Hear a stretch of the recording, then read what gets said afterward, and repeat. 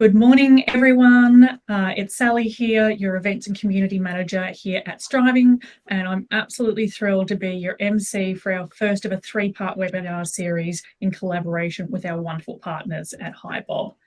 In today's session, our brilliant panel will be diving into the topic of taking your retention and engagement to the next level. But before we dive in, quick little piece of housekeeping.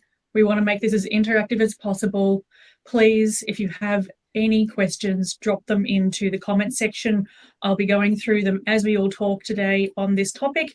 I'll make call outs. We will have time for Q&A, but please don't save all of your amazing questions till the end. We want to hear them all. We want to chat about them and dive deep into those as well. All right, to guide us on this exciting journey today, it's my pleasure to introduce our host, Damien Andreasen, Vice President APJ for HiBob. Welcome, Damien.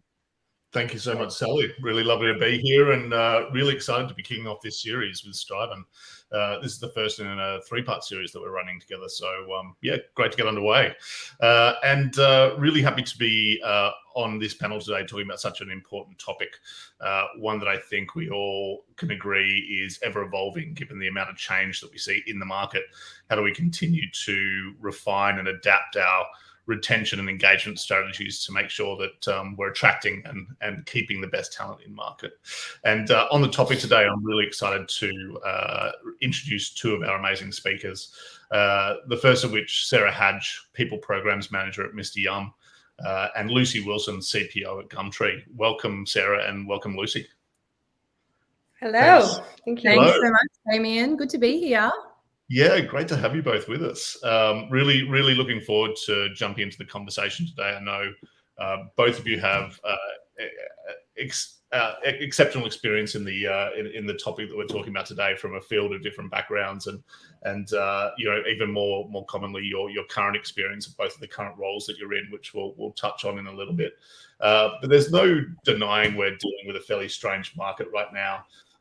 And we want to really kind of get into some of the tactics that you're both deploying and some of the observations or challenges that you're facing in your organizations in terms of being able to attract and retain great talent. So I think just starting out, it might be really useful just to get a sense of what is the status quo for you at the moment. Tell us a little bit about the companies and where you're at in terms of your business in this current market and some of the things that you're seeing. And maybe, Sarah, you can lead us off here.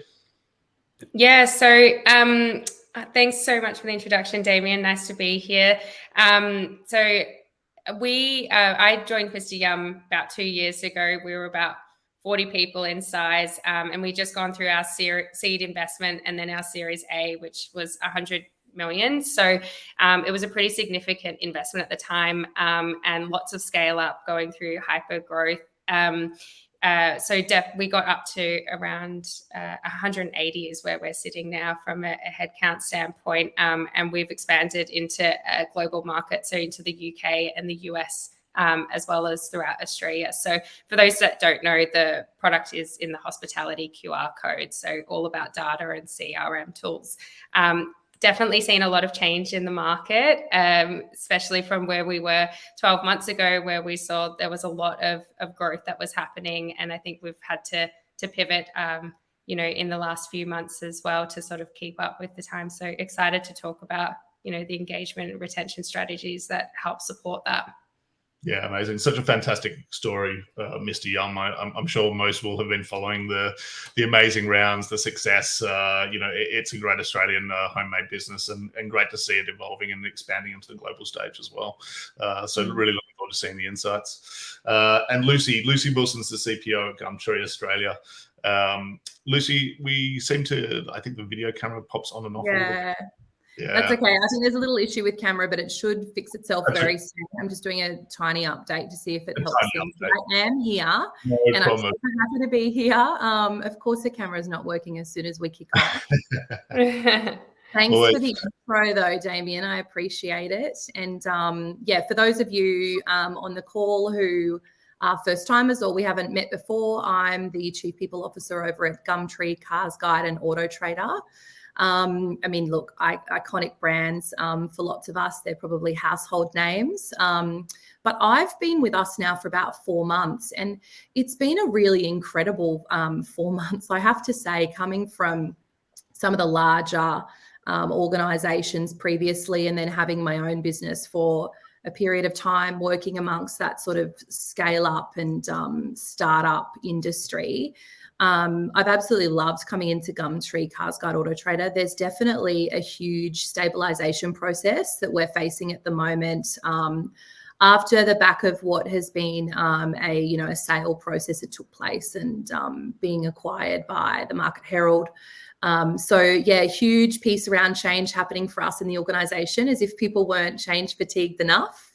But a renewed energy, I think, in terms of bringing all of the great stuff that makes us who we are to life. So yeah, I'm really enjoying it. And hopefully we can talk a little bit more about that today. Yeah. I think my camera should be good, up and running now. It looks stable, which is great news. So I think it's great, perfect timing, and we'll dive into the questions. And so really wanted to start with, we talk, I think, openly a lot. There's discussion around having engagement and retention strategies. For those who haven't formalized a strategy or are in the process of changing one, where do you both suggest that they start? And maybe I'll kick over to you first, Lucy. Yeah, cool. Great question. Gosh, I wish this one was easily solved. But I think being, in that sort of new point for me at the moment, I'm a huge fan of deep diagnosis into your organization and, how you play, who it's made up of, and, how our own people view culture. And I think if you don't have a retention strategy in play just yet, or you're wanting to bring one together, that cultural element is absolutely key in terms of where we start. And I think a lot of the time there's a lot of pressure on people and culture professionals or talent professionals to get in and just solve problems. And I think sometimes we can miss that step, or we're not quite given enough time to take that step around deep diagnosis. So I really focus on, having a set of really key questions, maybe 5 for the general population of your employees, if you have the luxury of getting to meet with every single one of them and talk to them. But it is priceless if you can get around and do that, and you're sort of under that 150 mark and you've got the capacity. And really investing in some of those key sort of leadership cultural questions as well, and knowing that audience. And I usually talk to my team about how we're going to collate all of that. It also gives people an opportunity to talk about what's important to them as we sort of start to form a picture for how we might retain and engage people ongoing along that journey. So yeah, deep dive into the landscape, ways of working, how do people describe our culture? How do they show up? What do they love about us? What do they tell their friends? And what is it that connects them to working with us? And really focusing on that cultural piece before we move too closely, or too fast, I should say, into kind of designing initiatives that fit, really understanding what fits. And then, of course, leveraging any data we've got. And if we don't have any points of data, then perhaps, that light on engagement survey is a good place to start. And I know Sarah probably has a little bit to talk about around how she's pulled that together over at Mr. Yum. So I might hand over to you. Good segue. Yeah, nice segue. I mean, I couldn't agree more with what Lucy has said. I think it's so important to really get to know the people in the company and understand what it is that keeps them, really engaged and what they love about the business. Also looking at the data, I think, is so important. So when I first joined Mr. Yum, that was one of the first initiatives that we rolled out, which was an engagement survey, which was company-wide. And so this can be leveraged at the team department or organizational level. And it's a really great way to understand what impacts engagement in your organization and helps drive those meaningful actions to help improve over time. So as an example, if you're seeing L&D as being an opportunity that will have a massive increase to engagement and improve retention, then doubling down on programs like that, is going to directly impact it. And so the reason that these surveys are so important is that they measure how motivated people are to put in that extra effort into the organization and how committed they are into staying. And so engaged employees are 87% less likely to leave an organization. And this is the talent background in me coming out, but we also know that replacing an employee can cost anywhere from 20% to 200% of the departed person's salary. So an organization that has really high turnover is a huge commercial cost to the business. And having high engagement impacts things like productivity, profitability, it enhances customer experience, it fuels innovation and creativity. So it's really important. So my recommendation would be to start with the engagement survey, because you're not going to be able to do everything at once. And the data is going to help you understand where to be focusing your attention when you're building out a strategy that's going to have the most impact to the organization. Yeah, amazing. And I always think there's two parts to trying to roll out any strategy, regardless of if it's in retention and engagement, or if it's something somewhere else in the business, is not just understanding the root cause of the problem, which Lucy talked about well, identifying some of the pieces that you can start to look at for solutions and prioritizing, but there's also, I think, the adoption piece. And so what I wanted to understand from both of you is, what have you observed in terms of how to actually get an engagement and retention strategy successfully adopted by the business? Do you need C-suite buy-in? Do you need to find your champions within your employees who are going to help to attach to the new, strategic vision or mission and help to spread it within the organization?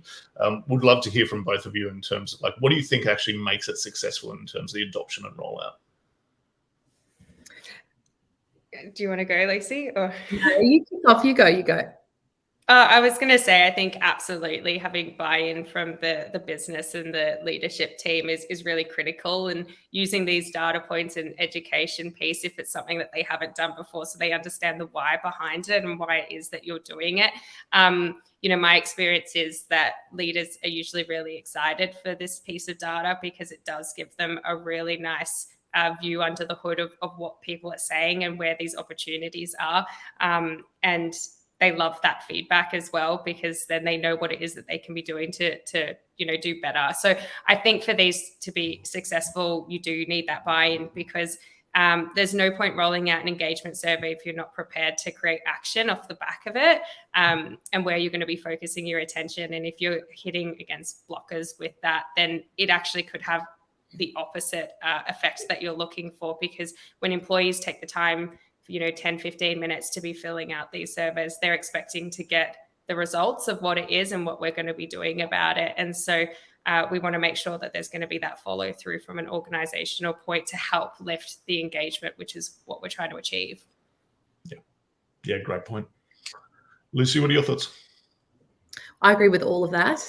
I do think, though, there's this sort of piece around, and really depends on the organization's size and what type of scale we're operating at, is the caveat I'd put on it. But I do think there is a lot of emphasis on sort of having this strategy, right? And I think part of the part that's missed a lot of the time is aligning that P&C strategy or that talent strategy actually to the commercial business strategy. So what is it that the organization's wanting to drive? What does the next quarter look like? What do the next 4 quarters look like? How do we get to that 12-month mark, and what will success look like? Then our role is to go, okay, well, what are our strategies that we're going to bring in and that we're going to champion, from the front of the line, to start getting people involved in making those changes to get to where we need to go.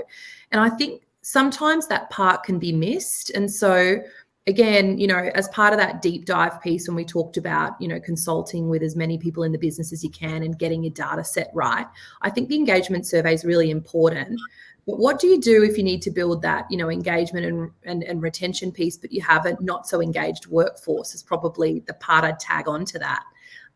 So I think the buy-in that Sarah talked about happens in your diagnosis, if you can, and then bringing that out with some key themes and sense checking it, getting a bit of a pulse check or a temp check on, right, this is what you've told us, this is what we're thinking. Are we on the right path? And, who are we bringing with us to champion these really key pieces? And a lot of the time you're going to have your, executive and your senior leaders ready to take that on. But what are we doing from sort of ground up to start working that through, rather than just cascading it down? So for us, we've taken a very, very collaborative, and I really don't say that lightly, I know the word's used a lot, but a collaborative approach to designing the way that we want to do this, which encapsulates, everybody's feedback. We've given them lots of opportunity to be able to participate in how we create our own roadmap that sort of mirrors that strategic element, rather than having, you know, multiple strategies that sit across each of the different channels. They should all work together. And I know I'm talking a little perfect world, but I just think there's been so much change over the past 12 months in terms of the talent market, that it is just so important to engage and collaborate before we start making those decisions on everyone's behalf. Because what works for Sarah, that she engages with and connects with, might not work for me, and likewise yourself, Damo, in terms of deciding, you know, what's right. Yeah, absolutely. And there's this element that we touched on a little bit when we were prepping for this as well, which is the generational drivers, which, you know, I personally think in the workforce that we see today, the drivers between different generations are very different. They're becoming further apart in terms of what are the drivers or the things that each generation finds really meaningful that makes them want to show up. In terms of some of the root cause analysis or the deep dive that you've done in the data, are you seeing that difference in some of the workforces and the things that make them want to come to work and, you know, engage and show up in a productive way? Yeah, look, I'm really proud of the fact that at GCA we have a really kind of incredibly organic mix of individuals from all walks of life, different backgrounds, age groups. I mean, it's quite good that way. So a lot of the time when we're talking about how we align on these initiatives, it's more about making sure people have options, right? But I definitely see that there are some differences in terms of what's important to different groups of individuals. But equally, you know, you might have sort of that younger generation, right, and a more mature set of people who kind of want the same thing. They just want different options within it that might culturally align for them, right, or might drive purpose for them, and they connect on that. So I think it's about untapping it and then going, right, what do we have the appetite for? What will move the needle for us, you know, both commercially, but then from the people enjoyment space and their experience. And then what can we afford to do? How do we build it? And then how do we look at what the cost is and how to get it off the ground? I have noticed there is a slight difference, but I think probably key themes at the moment are certainly sort of that wellness, self-wellness, individual wellness, team wellness, family wellness. There's a lot of that, a lot of emphasis on physical health, mental health and well-being, and leaders wanting to be equipped to have more meaningful discussions with their people about that. So there's a lot that we've been sort of hearing in terms of those discussions. And then I think, you know, the other piece is obviously the total reward space that we play in, and having freedom to choose within that framework, I think is pretty powerful. So I know over the next 12 months, I'll really be focusing on how do we give you what you need without it having to be a one size fits all, and what's right for you at what point in your life, and how can we build that and be better for you. So that's kind of the approach I think I'm going to have to take, given, you know, just the extreme differences in terms of groups of people. Yeah, really interesting insights. And Sarah, what about yourself? What trends are you seeing in terms of what people are wanting from an organisation to keep them engaged and motivated in the roles? Well, I guess to follow on from what we were just talking about with the more Gen Z, like younger generation, what I'm seeing happen, well, what they want is transparency of information, I think is really important to them. I had someone ask me the other day, like, are we allowed to give feedback? Do they want it? Is that going to be demotivating? And I was like, absolutely, we're giving them feedback. I mean, that's what they want. Like, what I'm finding is they're asking for it more than, you know, any other workforce. Like, they want the constructive feedback. They want to hear what they could be doing to be improved. And I think high performers are uniquely motivated by constructive feedback. It's what keeps them engaged, where they know that they can continue and improve. And so just transparency of information, being really close to the leaders and understanding, like, they really value leaders that are on the ground working with them, trying to solve problems with them, not just directing them what to be doing. But you know, to the point of wellness as well, I think there's a lot of economic uncertainty out there.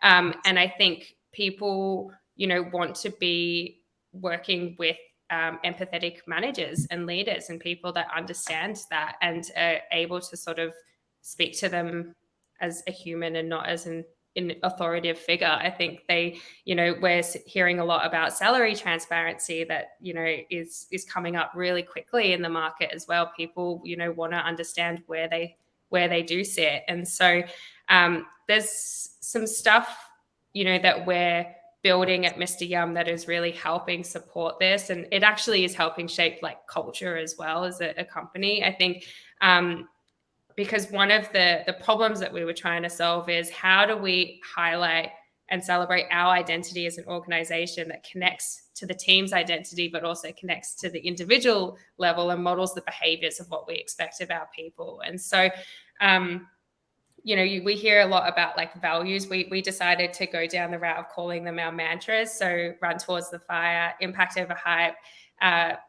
think 10x, and here to serve. And so they're our 4 mantras that we live by. And that was we emphasize their importance in a lot of our decision-making process, everyday work. But then what we wanted to do is get under the hood of like, well, how do we start to define the behaviors that we expect? Because it's not just about what you do that should be rewarded. It's how you show up to work day to day, and how do we set the right expectations for our people.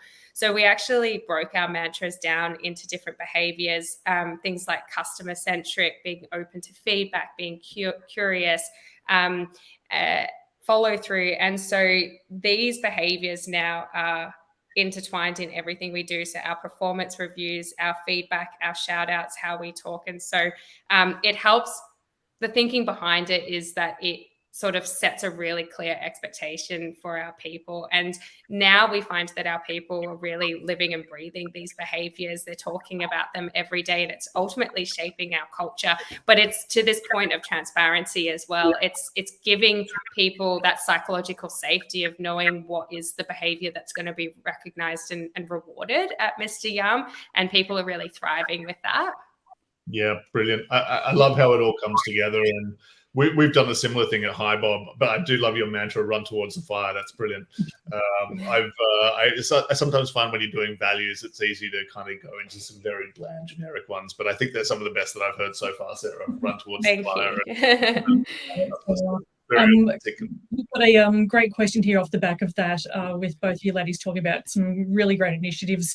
The one for Michael Delaney has a question for us. Shout out to Delaney. So with many initiatives, it requires budget, technology, and or people to deliver. However, if you work at a startup or scale up and that's not available, what advice would you give to businesses like this to help drive engagement strategies? It sounds like a very Michael question. I think we were talking about this, him and I, not too long ago. I think having an upfront budget's really important. So understanding no matter sort of where you land and where it takes you, what do we have to play with in terms of the old cashola, and how's that going to be kind of divided and conquered across the people and culture landscape. I definitely think that there are a lot of initiatives we can drive without having stacks of budget, or if any budget. Some of the systems we use and the tools we use provide great insights and kind of great reward and recognition that might already be set up. I think for us, there's a huge part around how we connect together and how we learn as an organisation from really key, subject matter experts within the business who can help kind of coach others throughout those periods, I think, of quietness as well, where maybe there isn't as much money to spend, or we are having a really, big change sort of focused time, and we like to connect and learn from each other. I think that's really invaluable as well. But I think in terms of scale and starting up, that knowledge is just so important. Every single person has a role to play.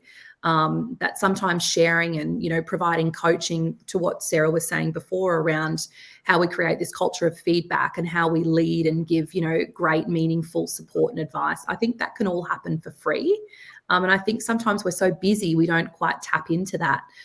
So yeah, in previous startups or with clients I've worked with, we like to focus on really, driving what we can from within, and then we kind of assess, okay, of the budget we have, what can really have a big impact here in addition.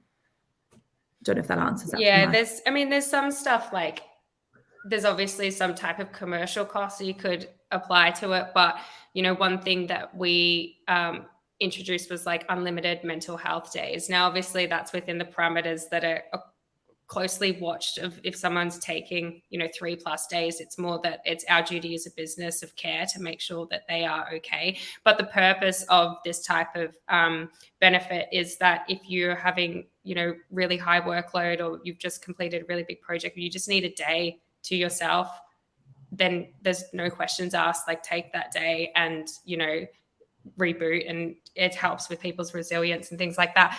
Flexible working is another thing. Since we started, we've intentionally had no policy around flexible working. We sort of trust our people to be able to work where they want, how they want, when they want. It's really focused on output. It's the single highest thing that comes up in all of our engagement surveys, or any survey that we roll out.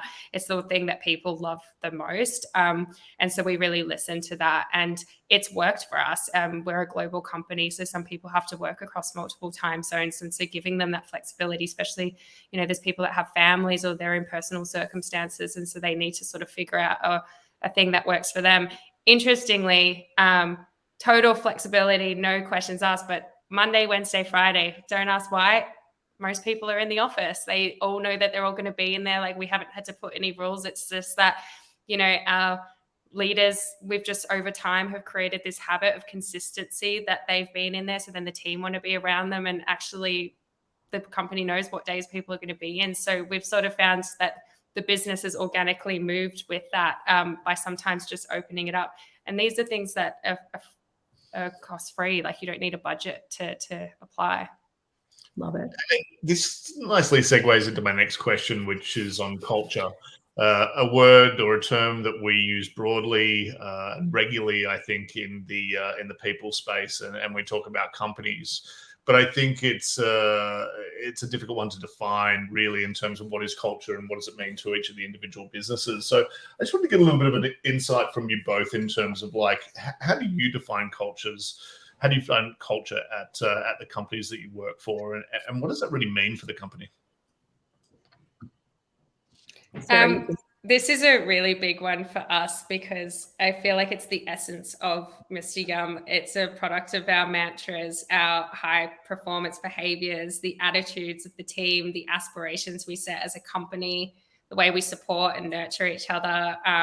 Our CEO is very transparent with us about everything that's happening. Information is shared really openly. When you look at our Slack algorithms, you'll see that 90% of channels are actually open public, like as in to the company publicly rather than in private. I think all of these things, the behaviors framework I was talking about earlier, they all help shape like our culture. Even when we went through hiring, so I didn't mention it at the start, but I was telling Lucy earlier, I started off in talent at Mr. Yum, so I hired the first 140 people, which was a crazy year of my life. But it was all built on the criteria of our mantras and and values as an organization. Now, that's not to say we're not diverse. We're extremely diverse as an organization, but we all share very similar values, and people really enjoy working with each other. And I think you just can't you just can't undermine the importance of culture. I think businesses can go through hard times. There can be a lot of change happening around you, but I think that's really what helps build resilience for a company, is the people that you work with. Yeah, couldn't agree more. How about yourself, Lucy? Well, I was going to say, Sarah, one of the good gauges of that is culturally, and it's a word we throw around a lot and try and define, and it's different for some businesses. I mean, for us, it's all about how we show up, how we connect, and how we action or take action. And what do we tell people it feels like? Are we in an environment where we're able to be our best selves most of the time? And does that environment bring that out in our people? And then our how, in terms of how we do that, is, around our values and how we give back. From, whether that's a community or an SME perspective, or within, our purpose activities and foundations. But I think one of the luckiest things I got to do, I think it's a really privileged position to be in, is I came to start with us, not so long ago. And after going through these buy, sell processes, acquisitions, we have just collectively as an organisation run, lots of workshops across the business to really unpack what our culture is, what it feels like, and our values. And I think, it's the old Simon Sinek that says our values plus behaviors equals our culture, right? So we really needed to get in and define that, or our mantras, which I like too. I might steal that. And we have just today officially come up with our final survey. We sort of did all of the work, and then we sent the data back out to everybody. Some people take a top-down or a bottom-up approach. We did both. We wanted to cover absolutely everyone, and for everybody to have a say in terms of what that could look like and what they think are the values that reflect us on our best day and who we are. We want them to inspire, but we also don't want them to be too aspirational, because they need to be who we are now, and how we work. So that process and getting to run that has been so reinvigorating for people, and has really helped us clearly define, what our culture is and how it feels to be a part of that. But, that this whole piece around, what we say we do, and that is actually who we are, and this is how we feel about all working together. So I think connection's everything in way of our culture, but also, just how people talk about us and how they feel to be here, and even how often they come in, Sarah, is such a good indication of that connection piece, right? So hopefully with our values, we're able to really bring that to life, and re-energize over the next 12 months. It's such a rare thing to get to do, to get to completely build those values from scratch. Pretty exciting. Yeah, amazing. And there's some really interesting themes that are coming up for both of you here, which I think might be the hallmark of a modern organization. That might be a broad stretch, but one of the things that you're both talking about a lot is collaboration with teams, and actually giving people a voice in shaping the processes and what good looks like, what are our values, what do we believe in together, rather than it just being a top-down approach, which I think is probably more traditional, if you will, in terms of, what I've seen in companies coming through my own career, is the company defines what the culture is and the values, rather than collaborating directly with the employees and saying, this is something we want to do together. So really interesting trends in terms of more exposure to the actual employees, and giving them more of a say in terms of shaping their reality and what the business looks like, which is great. And I want to just change tack a little bit here and talk a little bit about talent, because ultimately this all comes, I think, back to talent. And we know that, talent and the talent market has shifted to, significantly over the last 12 months. I feel like the pendulum has swung from, it's a hiring market to an employee market back again, over and over again. And we've seen some wild swings and balances. Everyone remember that period of 12 months or 6 months where everyone was demanding a 30% pay rise straight out the gates of COVID. They were wild times. So really interested just hearing from both of you a little bit about how is your talent strategy in terms of attracting talent, new talent to the business, or even developing it internally? How has that changed in the last 12 months? So significantly, I feel like 12 months ago, we had a completely different strategy with PNC. It was very much about talent attraction. We were scaling. How are we getting the best talent in the industry coming to work with us? So we built out really well-structured hiring process that was aligned to our values. We did a lot with employee brand and marketing. So we rolled out a lot of videos off the back of what our matches were, that we got our people sort of speaking about it, built talent decks, built really benefits that were going to be really progressive. So things like inclusive parental leave and other things that was going to help attract like the best talent basically coming to work with us. A big focus for us today is around engagement and retention. So this exact conversation, because we're not growing in headcount the same rate that we were 12 months ago, a big focus for us is how are we supporting people's career development, and how are we stretching our people more horizontally, because as that headcount growth slows, it's not as much of a vertical growth, but we still want to keep our people really engaged. Also looking at things like our L&D programs. So one thing that we identified as being a big opportunity is bringing in a program which we call the Think 10X Learning. That is $1,000 per person a year, where they can spend on whatever they want. That was the first official program in L&D that we rolled out, and we wanted it to be driven by the self of the individual, and actually it would feed into these career development plans that they would be working on with their managers, so they could sort of be taking control of their career in their own hands as well.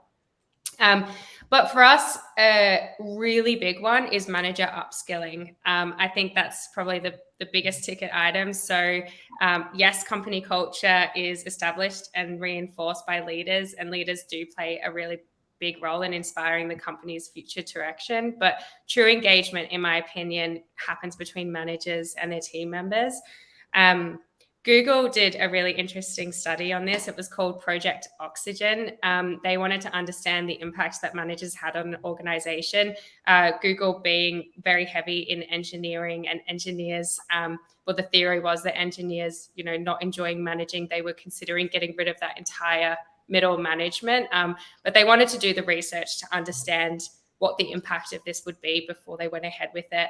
And with that, they wanted to understand what made the best managers and what were the 10 behaviors that they identified, and then review from there. And they found things like the best managers are able to create an inclusive team environment. They show concern, success for people's well-being. So they support career development. They're discussing performance. They're collaborating across the organization. They're strong decision makers. So these are not things that we don't know, but these came from a really heavy data set that told us that those best managers, there was a really strong correlation between them and people being more engaged and better performers at the organization.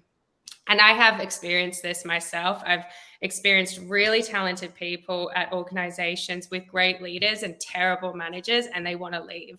And vice versa. I've experienced people at terrible organizations, but with great managers, and they're happy to stay. And this is because managers are the ones that are working with them day to day. They're identifying their strengths, their growth opportunities. They're the ones that are providing that coaching. They're building a really capable and motivated workforce. And so that's what actually drives innovation and fuels a company's success. And so my recommendation is, especially in where we're at today, is training empathetic managers. So managers who lead with empathy, they're in tune with the well-being of their team, they're on the ground with their team, they're building really close relationships, and they're better equipped to respond to their needs. And so I think that makes a really big difference in the overall impact of engagement of an organization. So that's where we're at today. So we've gone through a lot of change with it, but that's how we've sort of helped our people sort of get through that and be resilient through it. Yeah, fantastic. Appreciate the insights there, Sarah. Lucy, how about you? So, Damien, I think Sarah's covered a lot. So there's a lot in there I think is really, really good quality. But I will say that I think it also depends on the situation for each organization, and it is really case by case. I mean, you might be really, really strong in terms of really senior leadership, and then have that emerging leader piece that needs to be worked on. And it's really important you engage by doing that, but you might need to create your future leaders. I think for us, there's a little bit of that. We've obviously, as I said, we've got a renewed focus at the moment on our values and reinvigorating those values and our behavioural framework that'll flow from there. So that sort of actions on purpose, and then creating opportunities is a really big thing. I think in this world right now, with the type of flex we have, one of the biggest parts of our strategy around retention, which, we want to retain everybody that's in our business. They're all equally brilliant. And I think that the leaders have really played a key role in probably retaining some of our people to date, and recruiting their own team. So I think that's a really positive piece to kind of bring through when you're talking to others about how we attract or how we retain our current talent. But that learning culture of feedback, driving purpose, and creating opportunities and options around how we do flex, or options around how we help people get the most personally while they're working professionally. I think the two tie in. So we'll have a pretty big focus on that after our recent sort of M&A that's taken place. But I think the values is where we're really going to start for the next, I'd say, 2 quarters, and really build them out. Yeah. I always on the wall, right? You got them on the wall, but do people live and breathe them, I guess, is where we want to start. Yeah, amazing. I think it's really interesting as well to look at, the management layers that we do find in organizations, and sometimes to scratch under the surface and actually find out what if any, formal training they've been given. And I think there's probably a huge depth of managers who have displayed the soft skills and the capability of management being put in those roles, but without any formalized training, without any kind of framework to showcase what success looks like. It's an interesting role management. You traditionally it's always been just based on, I think a lot of people get hired and promoted based on their ability to execute, and then how well do they kind of toe the company line, and are they good for the culture? A couple of soft skills, but fundamental training for management is something that I think has always been missing. So really interesting to see that starting to come through now, the importance of that management layer and what can we do to support them in being successful, and how does that impact teams underneath them. Definitely a conversation that's ongoing at the moment. And just given the time that we've got, I know we're starting to round towards the end of this. I really wanted to ask both of you a bit of a broader question about your roles as professionals in people and culture, and how are you both, keeping up with and surviving and thriving in an ever-changing market where there's always new challenges or new things to think about. What is it that both of you tap into to help you be a success and keep afloat with everything going on? And maybe I'll throw to you, Lucy, first. Yeah, great question. Lots of books. I love an audio book when I'm out walking the dog in the morning. And groups like Strivin. I mean, being a founding member and part of Strivin and the network, just the sheer network, getting to meet people and spend time with people. I think there's also a lot of these sort of smaller groups. I'm based in Brisbane at the moment, and we have a true hybrid model where I work right now. And one of the biggest things has been kind of meeting new people on the ground in the location, and having these sort of small pockets of HR leadership groups, or kind of P&C teams and talent teams that sort of open up when you meet them through these different events. And then, I'm on one at the moment where we just kicked off a REM conversation. Who's giving what percentage? How are you tackling it?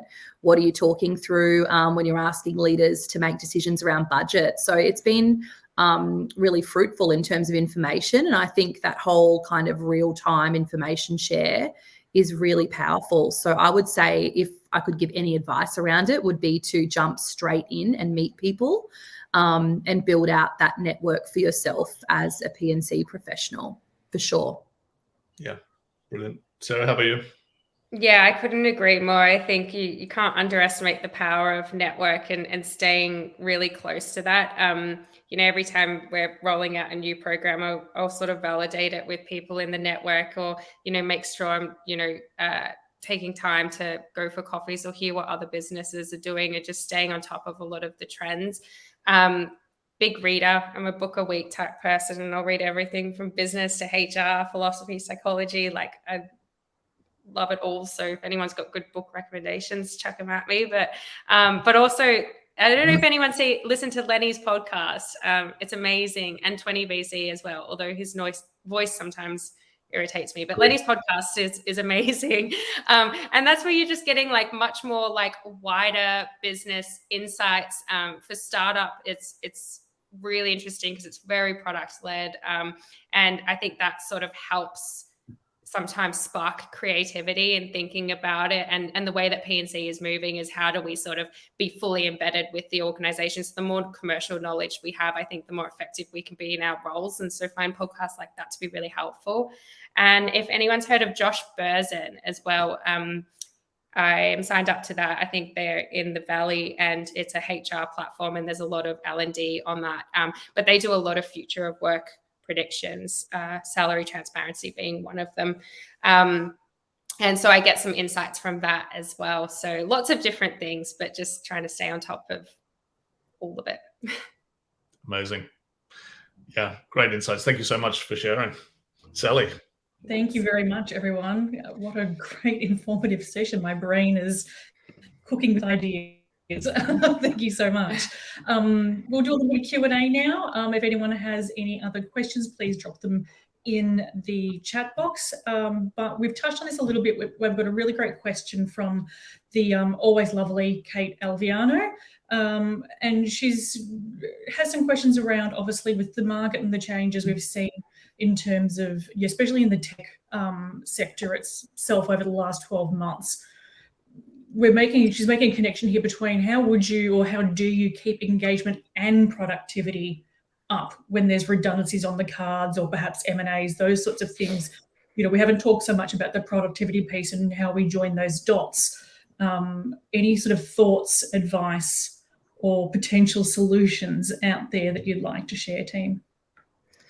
I saw Kate's question come up, and I really hoped we addressed it, because we were having this conversation when we all got together to talk about this session, and there's this, very kind of realistic, let's get real for everybody right now. It's not necessarily all about engagement, although I get that it's the underlier. It's more about how do we keep this ship going, and not all drown, basically, as we kind of work towards whatever this outcome is for our organisation at the moment. And I don't think that there's a one size fits all for how you tackle it. I think it actually really depends on the type of leaders you have leading, and are they making decisions on behalf of purely the commercials, or are they considering the impacts of that from a brand perspective and for people?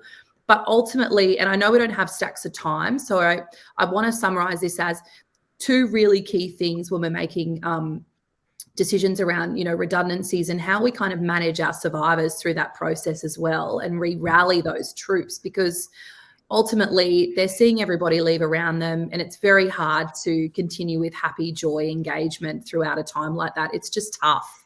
So I would say transparency is absolutely key. How can we be as transparent as possible and communicate as much as possible?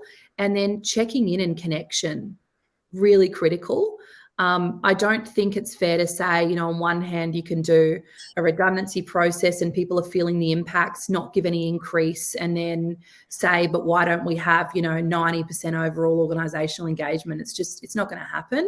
And I think it's really important we lean into sort of that discomfort for a little while and get people through it, because once you get to that end point, I think people are going to be a lot more grateful for what you did throughout a very difficult period than what you didn't do and what you didn't pay attention to.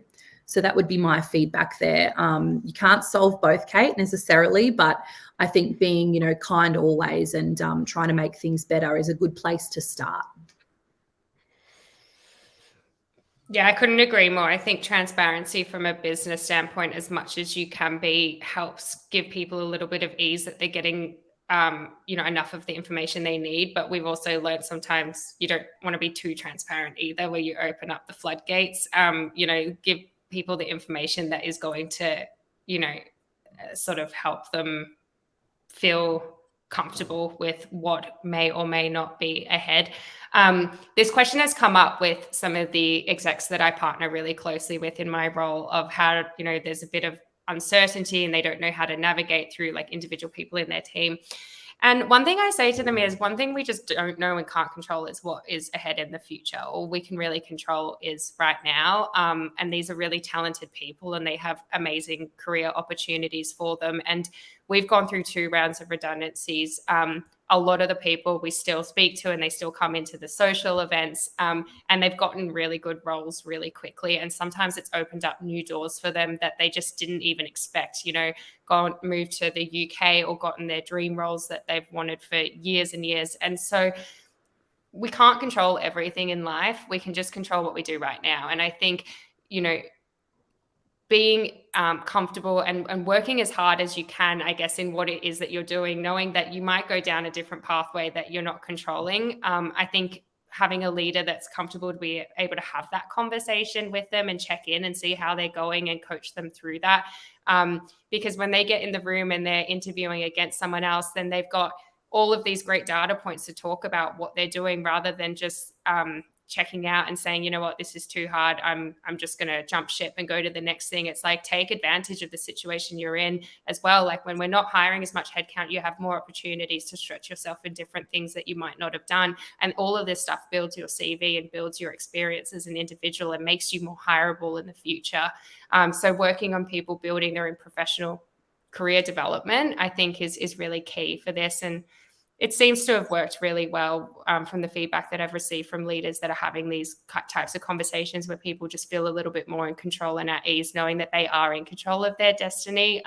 Things are always going to happen in life that are outside of your control as well. You just got to navigate. It's what you choose to do with that. Absolutely. Great advice. Thanks, Sarah. Damien, over to you. Well, thank you both for coming today. An amazing conversation, I think, some really interesting threads, which, you know, from conversations that are happening outside of this sphere are continuing to come up more and more often. And I think that's the consultation with the business, with the employees, the importance of listening to what's happening in the organization to help inform some of the strategies that you use to thrive, if you will. That there is a constant in change, and that is normal. And you know, it don't suffer in isolation. I think one of the big things that I continuously hear from CPOs that I work with is that there is a very strong network that is out there. You just need to tap into it, and that's a real strength for this group. And so really some interesting insights. Thank you so much both for sharing it. Really appreciate you being with us today. And really looking forward to the remainder of this series, this 3-part series. So the next will be on the 4th of July. We're going to be talking about managing your employees' expectations, which I think is a great segue off the back of this conversation. Going to be really interesting to jump into that. I think there's going to be some generational conversations in that particular webinar. On the 18th of July, we'll be rounding that out with workplace flexibility. What is it and why is it important? And that feels like it's also an evergreen conversation at the moment as well. So looking forward to jumping into that and getting some insights from people on the ground. But from us at HiBob and for myself personally, thank you so much, everyone, for attending. Thank you, Sarah. Thank you, Lucy, for joining. Thank you, Sally, for organising. It's been a great session. Fantastic. Thank you so much. Thanks all. Thanks everyone who came along. Thanks, everyone. Lucy and Sarah, heartfelt thanks from everyone at Strivin for joining us today. We truly appreciate your valuable knowledge and insights on such an important topic. And of course, a huge shout out to our sponsors, HiBob and Damien. Thank you for partnering with us here at Strivin. It really means the world to us. And of course, thank you to everyone who joined us today online. We hope you got some great insights, some great takeaways. You can start some really, really important conversations when you get back to your desk. But keep the dates in mind that Damien's mentioned. We'll keep posting about the other 2 series coming up, and enjoy the rest of your week. Thanks, everyone. Thank you. Thanks, everyone. Bye-bye. Bye.